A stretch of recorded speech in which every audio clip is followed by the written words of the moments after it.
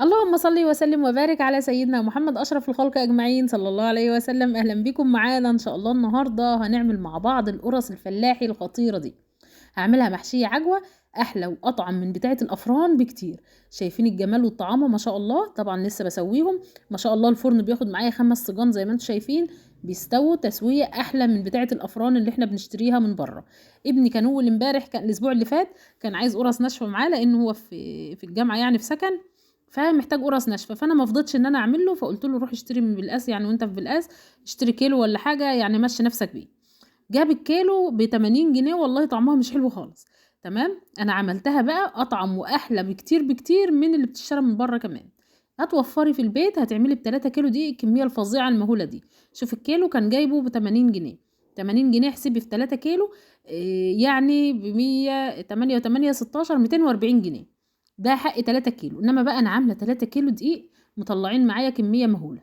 شايفين التسويه ما شاء الله عامله ازاي. الصاج ده طبعا كان مليان، بس ولادي بالهنا والشفا اكلوا منه. ده اول صاج طلع يعني. القرص خفيفه ومبخشه زي ما بيقولوا، او منفوشه من جوه كده، والعجوه دايبه دوب. عاملاها عجينه خطيره، حاطه لها مكونين مخليين طعمها رايح في حته تانية. كل دي مقاديرهم بسيطه جدا جدا جدا. عملت شويه ساده، بنت قالت لي يا ماما اعملوهم مدورين عشان نحط فيهم جبنه ناخدهم معانا في اللانش بوكس واحنا رايحين المدرسه. تمام، فعملت شويه ساده وشويه محشيين. كنت جايبه كيلو من العجوه فحشيته فيها. انا والله ما وزنتهم بعد ما طلعوا من الفرن قد ايه، لان ولادي كلوا وانا اديت لابني واتبقى شويه هنا، وكل حاجه كل واحد صاحب نصيبه خد حاجته يعني. تمام، فربنا مبارك فيهم ما شاء الله. 10 صجان من 3 كيلو دقيق. يعني لو هتعملي في بيتك كيلو واحد دقيق، هتعملي حوالي 3 صجان. 3 صجان حلوين يعني، مش صغيرين. تمام، هتسويهم بطريقه سهله قوي. تعالوا نبدا حلقتنا ونشوف مقاديرنا. انا عامله 3 كيلو دقيق. المقدار الثابت معايا ما بتغيرش بقاله سنين، لو سمعتوا الفيديوهات القديمه هتلاقوا نفس المقدار. ال5 كيلو دقيق انا بحط لهم 2 كيلو من السمنه على نص كوبايه زيت.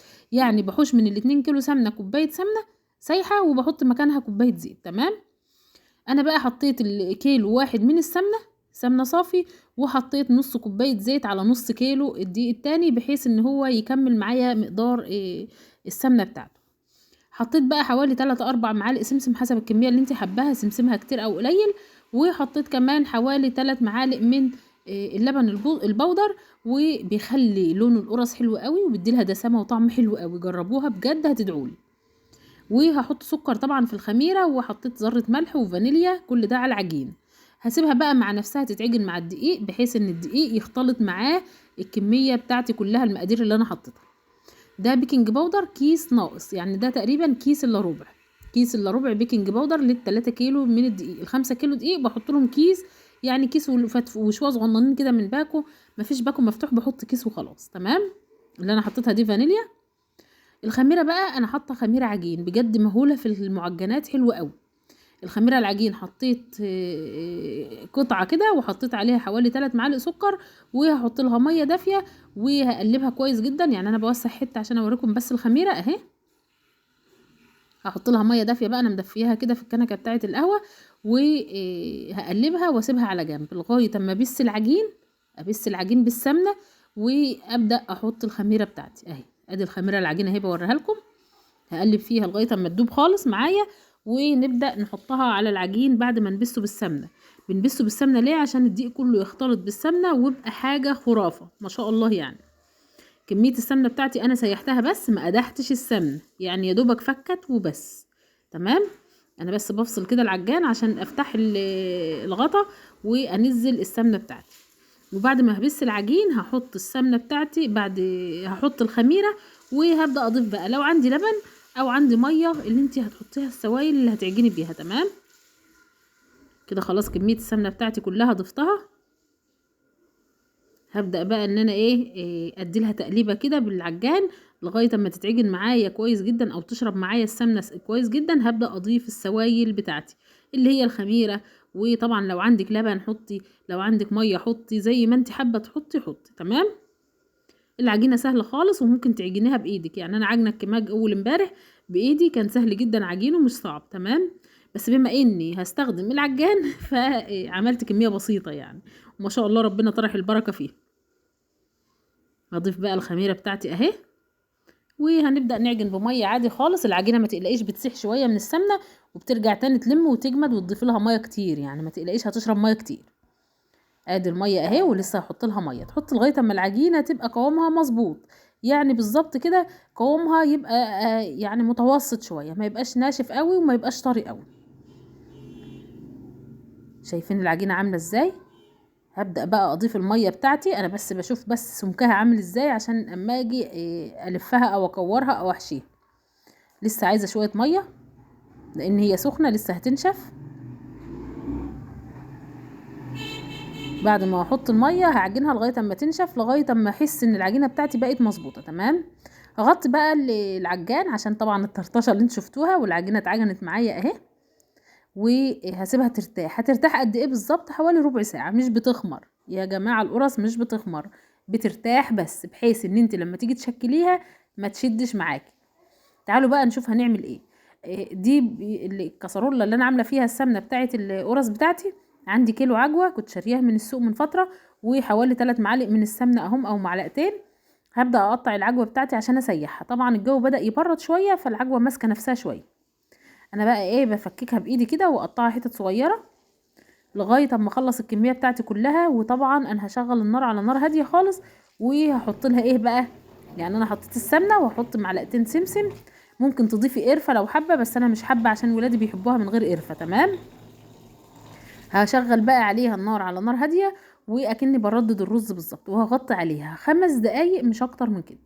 كنا زمان في الفرن عند والدي الله يرحمه، كنا بنعمل العجوة دي في حلة ونقطعها ومن غير مية ومن غير حاجة خالص، ونحطها في صهد الفرن من تحت كده، ونسيبها حوالي ساعة ولا حاجة، ونطلعها نلاقيها سايحة. نعجنها بقى بالسمنة شايفين حطيت قد ايه؟ حوالي نص كوباية مية بالسمنة وبالسمسم بتاعنا، وتبقى جميلة جدا تمام. حطيت سمسم محترم اهو، شوية محترمين، لان طبعا فيه فيتامين سي، فقلت حلو قوي يعني فيتامين سي ايه. بصوا، اطعم حاجة تاكلوها بدل اللبن هو السمسم.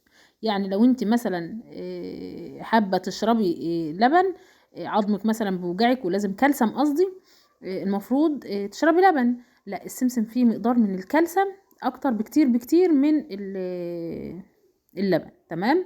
فحبيت اضيفه وازوده شوية لولادي، لان ايه حابة ادخله لهم في الاكل يعني. شايفين انا بعمل ايه؟ بقلبه في الميه بحيث ان الميه تمسك كل العجوه بتاعتي او توصل للعجوه بتاعتي كلها. وهسيبها 5 دقايق واغطي عليها. طلعت طريه معايا، هرستها بالمعلقه اهي. شايفين اهي اتهرست بالمعلقه طريه معايا خالص اهي. هاخد منها واشكل واحشي على طول. انا قعدت في الصاله وقلت لهم هاتولي السجان والحاجه جنبي علشان اشتغل بيها على طول. ليه بقى؟ لان انا بشتغل على ترابيزه المطبخ، بس ايه قلت هعمل في الصاله النهارده وهقعد مع نفسي كده ايه على الارض، ومفيش احسن من قعده الارض. فهاخد حته بحته كده واوريكم انا بشكلها ازاي. انا هخلص كميه العجوه الاول، يعني هعمل الحجبه او اللي هي الطرنشات المحشيه عجوه دي، وبعدين اللي يفيض اعمله ساده. يعني انا قلت ايه، بدل ما اعمل الساده الاول والاقي يفيض عندي حته عجوه، لا انا عايزه اخلص كميه العجوه كلها، واللي يفيض اعمله انا ايه ساده. باخد جزء بسيط. شايفين عايزه اوريكم بس السكينه دي لان خطيره، بس ما بتتغسلش يا جماعه، عشان لو مش ألمونيوم ما تصديش. هي كده كده معموله بسمنه فمش بتتوسخ يعني. ما شاء الله سكينه حلوه قوي في التقطيع، شكلها حلو، حتى القرصه بعدها شكلها حلو بعد ما بتتقطع بيها. همسك بقى العجوه بتاعتي، دهنة سمنه كده عندي في طبق كده، شويه سمنه صغيرين جبته، وهدهن ايدي علشان العجوه ما تلزقش في ايدي، واجي اعجن او اخبز في القرص بتاعتي الاقي ايدي مبطعه في القرص، تلاقي فيها حتت حتت عجوه كده تمام. فدهنة السمنه دي هتخليكي اهي، شايفين شويه صغيرين خالص، هتخليكي ايدك بقى ايه ما يلزقش فيها اي بقايا من العجوه او التمر يعني. اهو هبدأ ان انا اشكلها بقى اهي، وافردها في العجينه اللي احنا فردناها بالطول زي ما انتم شايفين. ده عشان نعمل الطرنشات المشنشره اللي انتم شفتوها في اول الفيديو واحنا بنسويها اهي. بتبططيها على وش العجينه، بس اوعي تضغطي على العجينه اكتر ما هي مضغوطه. هي العجوه طريه، يعني ممكن تخبزي العجوه على ايدك وترصيها مخبوزه ماشي. لو مش عارفين اعمليها كده واضغطي عليها ضغطه بسيطه، ما تخليش العجينه ترق قوي منك ماشي. هكمل بقى الكميه بتاعتي كلها. طبعا رايه وسكينه مش هيسيبوني في حالي، قاعدين جنبي يحرسوا زي ما انتم شايفين كده. اللي ماسكه السكينه واللي عايزه تاخد حته عجينه تلعب بيها واللي بتاكل في العجوه. على فكره ما كانوش بيحبوا العجوه خالص. انا بقى عملت لهم حاجه كده حلوه قوي، ابتكار يعني، خليتهم يعشقوها. يعني ولادك ممكن تتحايل عليهم وتخليهم يحبوا الحاجه اللي مش بيحبوها وياكلوها. حاجه ايه بقى؟ هما بيموتوا في حاجه اسمها نوتيلا، تمام؟ فكنت كل ما اعمل لهم القرص دي ما اجيبش سيره العجوه خالص، اقول ما نشحشها عجوه، ده انا هعمل قرص بالنوتيلا. هم عشان بيحبوا النوتيلا، يا ماما ده طعمها متغير مش زي النوتيلا، اقول لهم عشان استوت في الفرن طعمها بتغير، فياكلوها ويحبوها.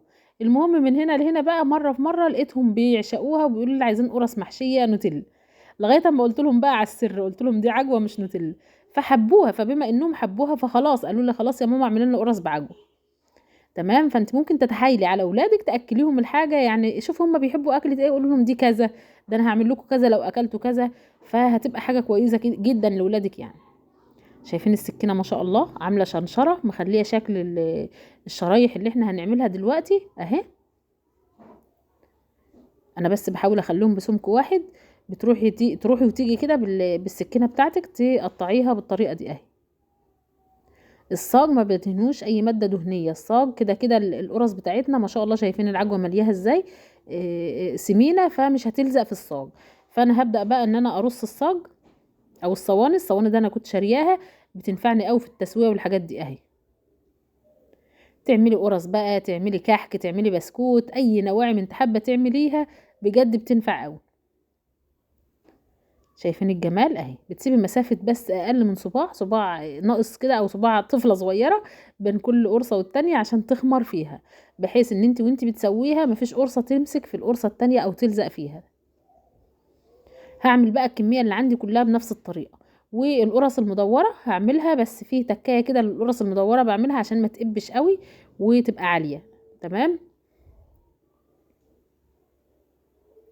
بخبز بقى اهو الشريطه التانية، وهبدا شوف انا بغطي ايه العجوه، حته العجوه اللي بتبقى باينه بتتحرق، فحاولي تداريها زي ما انا عامله فيها كده. انا بقى بقص الطرف اللي انا ماسكه منه، اللي انا حطاهم على بعض اهو، وهبدا اقطعهم بقى ايه طرنشات طرنشات طرنشات كده. طب بواقي العجين دي بعمل فيها ايه؟ مش بستخدمها اول مره، يعني انا بحطها في الطبق بتاع العجين وبسيبها للاخر تكون خدت وقتها وارتاحت تاني، لان انا طبعا لسه خبزاها دلوقتي فبتمط معايا، فبحطها في جنب كده للاخر. يعني انا لما باجي اعمل اللي هي القرص الساده المدوره، اخد منها واكور واعمل الدوائر بتاعه القرص الساده او القرصه بتاعه القرصه الساده. طيب التخمير، نظام التخمير بخمر ازاي؟ بحط الصجان واحد عكس واحد كده، واحد رايح واحد جاي، اللي تحت اللي عملته الاخر خالص احطه تحت خالص، وابدا ارص بالعكس واغطيهم غطا كويس. بياخدوا بالظبط حوالي نص ساعه لساعه الا تلت، مش اكتر من كده. لو في الشتاء ممكن يعدي الساعه، يعني ممكن يقعد ساعه. وعلى طول الفرن يبقى سخن. طب درجة حرارته ايه اللي انتوا شفتوني وانا بسوي؟ درجة حرارته بعملها على 240 على اعلى درجة، وبحط زي ما انتوا شايفين على الشبكات، يعني على الشبكة وعلى الصينية الكبيرة الصاجة الكبيرة بتاعة الفرن، ومولعة النار من تحت ومشغلة المروحة. مفيش مروحة، شغلي تحت وشغلي فوق وهدي النار خالص، شمعة يعني بمعنى اصح. بس دي التسوية المثالية للقرص، ما شاء الله بتبقى مقرمشة وما بتاخدش معانا وقت. تعالوا بقى نشوف بقى الكمية التانية. انا خلصت الوقت العجوة وبشتغل في ايه، في السادة، يعني الكميات اللي قدامي المتقرصة دي كلها هتبقى سادة. ادي القرص اهي. هبدأ بقى ايه ان انا اخلصها. طب هعمل ايه؟ شايفين في خلة سنان جنب ايدي اهي جنب القرص، هعمل بيها ايه خلة السنان دي؟ إيه، القرص المدورة بالذات بتلاقيها تقب كده وتعلى زي الكماجة، فخلة السنان دي بقى لازمتها ايه؟ هخرمها كذا خرم كده علشان خاطر تعمل ايه معايا؟ ما تقبش معايا، تنشف وتقرمش وما تقبش معايا. طيب لو انا ما عملتش الحركه دي هتلاقيها قبه معاكي ناشفه ومقرمشه وكل حاجه، بس هتلاقي وشها ساعه ما هتنشف وتيجي تحطيها في علبه في كرتونه في كيس هيتكسر معاكي. ان انت تعمليها كام خرم كده بخله السنان بيفرق معاكي جدا اهي. شايفين؟ بوريها لكم بس عشان تبقوا عارفين. هبدا ان انا بقى اخرطها و اخرمها كده واخمرها بقى بعد ما اخلص خبيز القرص دي كلها، وهنشوف مع بعض واحنا بنسوي. انا طبعا بعمل اللي ناحيه جوه كمان. هخلص كل كميه القرص زي ما انتم شايفين كده، وهنروح على طول نغطيهم ونقعد شويه ونبدا نسوي. طب التسويه، كميه ال3 كيلو خدوا معايا قد ايه تسويه؟ خدوا معايا حوالي من ساعة ونص لساعتين، لان طبعا القرص دي بتاخد وقت وبتنشف. بس ساعة ما الفرن بيدور، يعني اول صاج بيغيب شوية في التسوية، ساعة ما الفرن بيدور بصوا زي ما انتم شايفين كده. اول صاج انا حطيت الصاج اللي فوق على البوتاجاز ده، اول صاج اللي ولادي كلوا منه ده حطيته لوحده، بس لان انا سخنت الفرن حوالي 3 4 دقايق وحطيته. واما استوى معايا بدأت بقى ايه، الفرن خلاص بدأ يسخن. على فكرة العجان شغال هناك اهو، بعمل ايس كريم قبل البرد والشتاء وكده. قلت لهم بقى ايه، اعملوا ايس كريم عشان تاكلوا منه، يبقى حاجة حلوة كده قبل البرد. لا اكل قبل ما يمشي. شايفين شكل القرص عامل ازاي؟ اللون فاتح باين عشان الاضاءة بس هو لونه خطير. قرص هتشوفها في اخر الحلقة دلوقتي بطريقة خطيرة، طريقتها سهلة جدا، طعمها حلو قوي والله. لو جربتيها بالمقادير دي، يعني بجد اللي جربها بمقادير بيقول لي خطيرة، احلى من اللي بتشترى من المحلات بكتير، وطبعا اوفر. يعني احنا تعالوا نحسبها كده بالورقة والقلم. احنا معانا 3 كيلو دقيق وكيلو عجوة، تمام؟ يبقى كده 4 كيلو. ومعانا كيلو سمنة يبقى 5 كيلو. وحطينا مية وخميرة وسمسم والحاجات دي كلها، ونص كوباية سمنة اللهم صل على سيدنا محمد. الحاجات دي كلها قولي نص كيلو. اصبح معانا كام كيلو؟ ادي 3 4 5، 5 كيلو ونص. 5 كيلو ونص، الكيلو ب80، يعني ب440 جنيه. شوفي بقى انت كلفتيهم ايه، ما كلفتهمش 440 جنيه.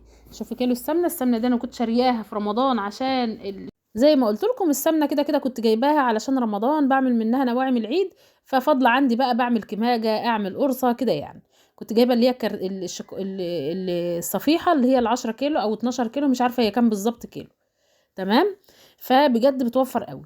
شكارة الدقيق انا كنت شارياها كيلو واقف فيها تقريبا ب17 جنيه. شايفين القرص وجمالها؟ دي الكميه بقى المحشيه والساده.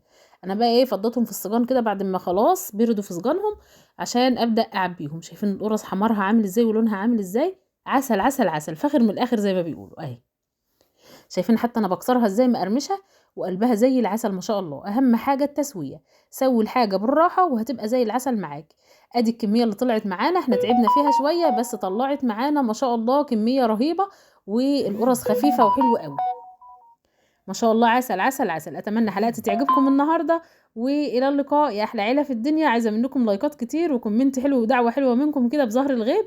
وكل سنه وانتم طيبين. خلاص بقى هيبدا معانا جمادين ورجب وشعبان وشهر رمضان الكريم. هنبدا بقى صيام مع بعض اثنين وخميس، نشجع بعض كده على الطاعه. والى اللقاء يا احلى عيله في الدنيا. شايفين شكل القرص عامل ازاي؟